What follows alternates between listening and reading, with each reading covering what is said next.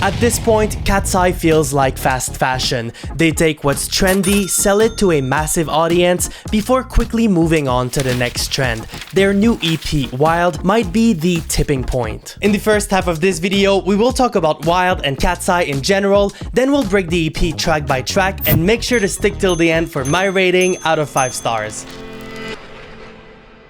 As usual, let me know what your thoughts are on this EP in the comments below. First off, let's state the obvious. No matter what critics say, KATSEYE is meeting its audience. The singles off of this EP are generating views on YouTube, and they're being streamed. There's no doubt Wild will be commercially successful. I'm sure it already is. No matter what we actually think of the music, it is popular and there is an audience for it. It's also technically competent. By that I mean that the EP is competent on a technical level. It's well produced, it's well performed, it's well marketed. You know what I mean? It's technically competent on all levels. The same goes for the accompanying music videos. They're well produced and they're slick. I think this music is best appreciated with accompanying visuals. In a way, it feels like KATSEYE is a visual band, which makes sense because at the end of the day, they are a product of television. But that's also one of the many problems I have with Wild. As far as I'm concerned,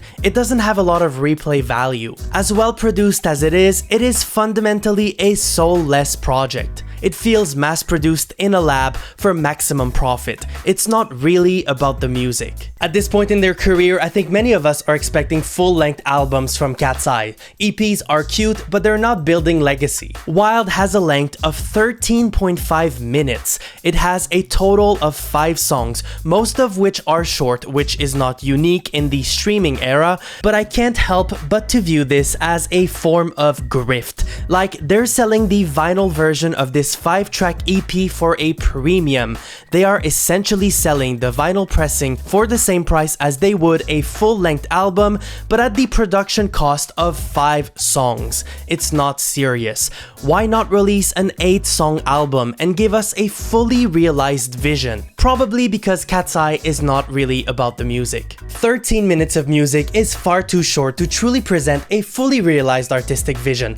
At the beginning of one's career, an EP makes total sense, like Flory released multiple EPs before releasing full albums. At this point in KATSEYE's career, we need a full album. Releasing endless EPs, it's not serious. It's not building legacy. It feels like a grift at this point, and it drives my friend Charlie's point that KATSEYE feels like fast fashion, hopping on the latest trend for a quick EP before moving on to the next big thing. I know this is the K-pop formula, but I think it's hard to build a music legacy off of EPs and singles alone. When I talked to my friends about this EP, they all told me, oh, well, that's because of Hype, the record label. But people seem to forget that this EP is released under Geffen too. Of all labels, Geffen Records surely understands the legacy argument, seeing how they oversaw some of the most iconic bands to solo career transitions of the 2000s, like Black Eyed Peas to will.i.am and Fergie, No Doubt to Gwen Stefani, the Pussycat Dolls to Nicole Scherzinger, as we've seen in this video. They were able to pull this off because they successfully built these artists within the band and positioned them for solo careers, but they don't seem to be doing that here. KATSEYE has an individuality problem, perhaps best exemplified by the cover art of this EP. Every member is pictured sporting the same hair and outfit, and that lack of singularity is also transposed to the music. On this EP in particular, it is difficult to differentiate who sings what line for the most part, unless you are a super fan. KATSEYE is mostly produced as a homogeneous entity. It lacks individuality. Some may argue that this approach is common in the K-pop world. Many in my circles who like this EP brought up that argument, but regardless, it's just not interesting sonically. Like, you're telling me we have all these members on the track and we can barely tell them apart? And we know they can all sing. It's not like they're the Pussycat Dolls. And even when we can tell them apart, they're not singular in the current music landscape. We often hear whistle notes in their arrangement. I believe they are performed by Lara, but her voice sits the exact same way as Ariana Grande's. It's like a copycat at this point. If you listen to the way at 2:33, it sounds like an Ariana Grande impersonator, because it is. KATSEYE's singularity problem is not just a liability on this EP, it will be an issue for future releases and potential solo careers down the line. I always look at the credits sheet for the tracks I review, and I was was quite surprised to see KATSEYE being credited as a block, without any mention of individual performers. This probably has something to do with their record deal, but it's still very indicative of what's going on in the background. It's also a departure from many girl bands of years past. Look at the credits sheet for the Pussycat Dolls. They are all individually credited for either singing the lead or back vocals. Same goes with Girls Aloud. In their case, Girls Aloud is credited first as an entity, but the girls are also credited as individuals. It's quite telling that KATSEYE is credited as a homogeneous block because at the end of the day, it sounds that way. I usually engage with lyrics in my first day reviews, but not today. I won't even try to engage with the lyrics on this EP because quite frankly, they're mindless. On Wild, lyrics feel more like a vehicle for vocals than a true quest for artistic expression.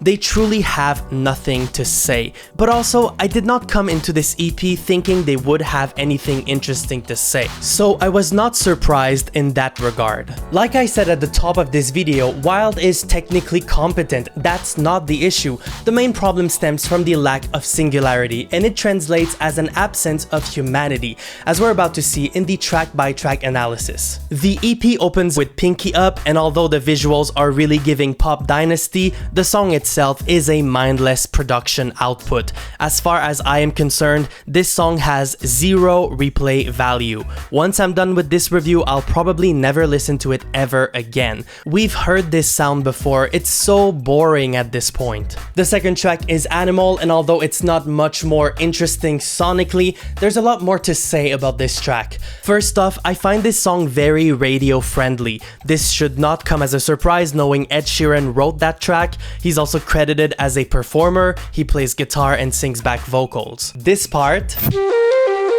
feels very Ed Sheeran coded to me. I think this song stands out on the EP because of Ed Sheeran's guitar. It's nice to hear some analog instruments on a mostly digital album. If you watched my review of Pedal by Ariana Grande, you know this is one of my criticisms of her album. At the end of the day, Animal is nothing new. They're not innovating here. We've heard this a million times. The next song is Hootie Frutti. I know this is a fan's favorite, but boy is it mindless. I think this song perfectly exemplifies how little they care about lyricism. I literally don't know what else to say about this track other than it's just noise. It's technically competent, it's well produced, but it's also so bad. What a waste of resources. Perhaps the worst song on the EP is Bel Air. I know this is a Charlie XCX song, but damn does it suck. I'm out of words, literally. What a waste of time. It has zero replay value for me, and I think the production on this is below the standards of the rest of the EP. Luckily, the following song is the last song of this short EP. It's titled That Way, and I think this is the best song, but again, the bar is so low. I'd say it's pretty much on the level of Animal. It's nothing new, it's nothing we haven't heard before, it's not singular, much like the whole EP basically, and here again, although it is very well produced, it lacks life. The same goes for lyrics. Before I give my rating out of 5 stars, I'd like to remind you that this is a first day review, meaning views expressed in this video are essentially first impressions and may evolve over time. I'm always very excited to talk about new releases like Wild early in its life cycle, and hopefully you can sense that excitement through the camera. Now, for the moment everyone has been waiting for, what is my first day rating of Wild out of 5 stars. Here's how the 5-star system works. 1 star means bad, 2 stars means okay, 3 stars means good, 4 stars means excellent, and 5 stars means outstanding. 5-star albums are rare. Think of Yellow Brick Road, Nana Mouskouri in New York, 21, Deux, Thriller, or Lovers Rock. 5 stars is reserved for that caliber of work. Any album rated 3 stars and up should be considered a positive review. And I don't do half stars. It's either bad, okay, good, excellent, or outstanding. Although Wild continues to prove the commercial appeal of KATSEYE, it also fails to deliver any semblance of an artistic vision worth exploring. It's a shame because KATSEYE has everything it takes to build a legacy: talent, momentum, label backing, top-tier songwriters, and world-class production. And yet, Wild sounds like a lab-created EP with nothing to offer but slick videos. It might as well be AI-generated music at this point. For all the reasons mentioned in this video, and for the first time on this channel, I will give Wild 2 stars. Let me know in the comments below if you agree and what rating out of 5 stars you would give. If you enjoyed this video, like and subscribe for more. And until my next upload, you might like this video or this video, and I'll see you very soon. Bye.